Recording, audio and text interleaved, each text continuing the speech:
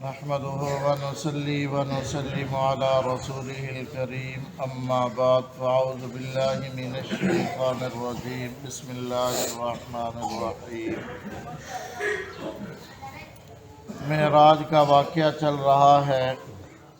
نبی پاک صلی اللہ علیہ وسلم یہ درمیان میں واقعات پیش آئے، اس کے بعد آپ صلی اللہ علیہ وسلم بیت المقدس پہنچتے ہیں اور براق سے اترے۔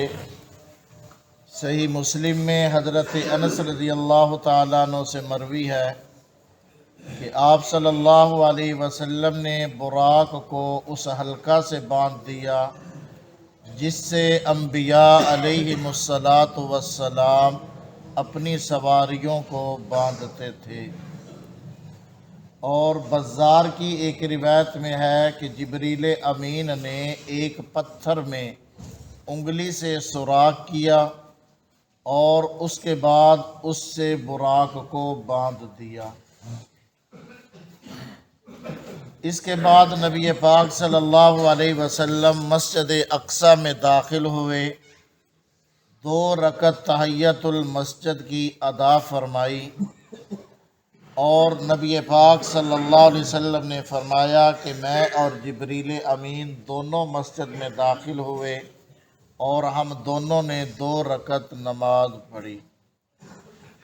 آپ صلی اللہ علیہ وسلم کی تشریف آوری کے بعد انبیاء علیہم السلام پہلے ہی سے حضور صلی اللہ علیہ وسلم کے انتظار میں موجود تھے، جن میں حضرت ابراہیم اور خضر، موسیٰ اور عیسیٰ علیہ السلام بھی تھے۔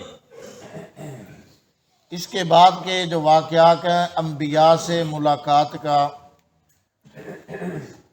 اکثر حضرات نے یہی نقل کیا ہے کہ آسمانوں پر جانے سے پہلے انبیاء سے ملاقات ہوئی۔ حافظ ابن کثیر رحمہ اللہ نے ان کا رجحان یہ ہے کہ جب آپ صلی اللہ علیہ وسلم آسمانوں سے واپس تشریف لائے، اس کے بعد انبیاء سے ملاقات ہوئی اور اس کے بعد یہ امامت انبیاء کا واقعہ پیش آیا۔ تو بہرحال آپ صلی اللہ علیہ وسلم مسجد اقصی میں پہنچے، انبیاء انتظار میں تھے۔ کچھ دیر گزری کہ بہت سے حضرات مسجد اقصی میں جمع ہوئے، پھر ایک مؤذن نے اذان دی اور پھر اقامت ہوئی۔ فرمایا ہم صاف بند کر کھڑے ہو گئے، اسی انتظار میں تھے کہ کون امامت کرائے گا۔ جبریل امین نے میرا ہاتھ پکڑ کر آگے کر دیا، میں نے سب کو نماز پڑھائی۔ جب نماز سے فارغ ہو گیا تو جبریل نے کہا آپ کو معلوم ہے کہ آپ نے کن لوگوں کو نماز پڑھائی؟ تو فرمایا میں نے کہا مجھے کو وہ نہیں معلوم۔ جبریل نے کہا جتنے نبی مبعوث ہوئے، جتنوں کو اللہ تعالیٰ نے نبی بنا کر بھیجا تھا، وہ سب کے سب آپ کے پیچھے نماز پڑھنے کے لیے موجود تھے۔ اس وقت یہ جو مرزا غلام احمد قادیانی ہے، مرزائیوں کا جو نبی ہے، جس کو مرزائی اپنا نبی مانتے ہیں، قادیانی اپنا نبی مانتے ہیں، یہ تو ہندوستان میں صوبہ پنجاب کا ایک علاقہ گرداسپورہ، یہ تو وہاں پر پیدا ہوا ہے، اور یہ واقعہ انبیاء کا 1400 سال پہلے کا ہے، تو یہ نبی کیسے ہو گیا؟ اس لیے کہ اللہ نے جتنے بھی نبی بھیجے تھے وہ تمام کے تمام تو نبی پاک صلی اللہ علیہ وسلم کے پیچھے نماز پڑھنے کے لیے موجود تھے۔ یہ پیدا ہو رہا ہے 1400-1500 سال بعد، تو یہ نبی کیسے بن گیا؟ اس لیے نبی پاک صلی اللہ علیہ وسلم کے بعد قیامت تک نہ کوئی نبی پیدا ہوا ہے نہ کوئی ہوگا۔ آپ صلی اللہ علیہ وسلم ہی اللہ کے آخری نبی ہیں۔ اس بات پر ایمان لانا، یقین رکھنا ضروری ہے، ورنہ ایمان مکمل نہیں ہوگا۔ جب ایمان مکمل نہیں ہوگا تو نیک اعمال کا اجر بھی نہیں ملے گا۔ نیک اعمال پر اجر تب ملے گا جب ایمان کامل ہوگا، جب ایمان پہ پختگی ہوگی، ایمان ہوگا تو۔ اس لیے اس عقیدے کو مضبوطی سے باندھ لینا چاہیے کہ نبی پاک صلی اللہ علیہ وسلم اللہ کے آخری نبی ہیں، آپ کے بعد اور کوئی نبی نہیں ہے کسی قسم کا بھی۔ تو بہرحال ایک روایت میں ہے کہ آپ صلی اللہ علیہ وسلم کی آمد پر فرشتے بھی آسمان سے نازل ہوئے اور نبی پاک صلی اللہ علیہ وسلم نے حضرات انبیاء اور ملائکہ سب کو امامت کرائی۔ جب نماز پوری ہو گئی تو فرشتوں نے جبریل امین سے دریافت کیا کہ یہ تمہارے ہمراہ کون ہے؟ جبریل نے کہا یہ کہ محمد صلی اللہ علیہ وسلم ہے۔ ایک روایت میں ہے کہ جبریل نے کہا کہ یہ محمد الرسول اللہ صلی اللہ علیہ وسلم ہے، خاتم النبیین ہیں۔ تو جبریل نے بھی تمام انبیاء کے سامنے، تمام فرشتوں کے سامنے آپ کی ختم نبوت کا اعلان کیا کہ یہ محمد الرسول اللہ صلی اللہ علیہ وسلم ہے جو خاتم الانبیاء ہیں۔ ملائکہ نے پوچھا کیا ان کے پاس بلانے کا پیغام بھیجا گیا تھا؟ جبریل نے کہا ہاں۔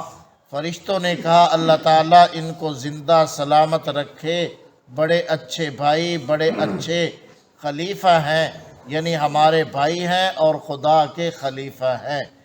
اس کے بعد آپ صلی اللہ علیہ وسلم نے انبیاء کی ارواح سے ملاقات فرمائی، سب نے اللہ کی حمد و ثنا بیان کی۔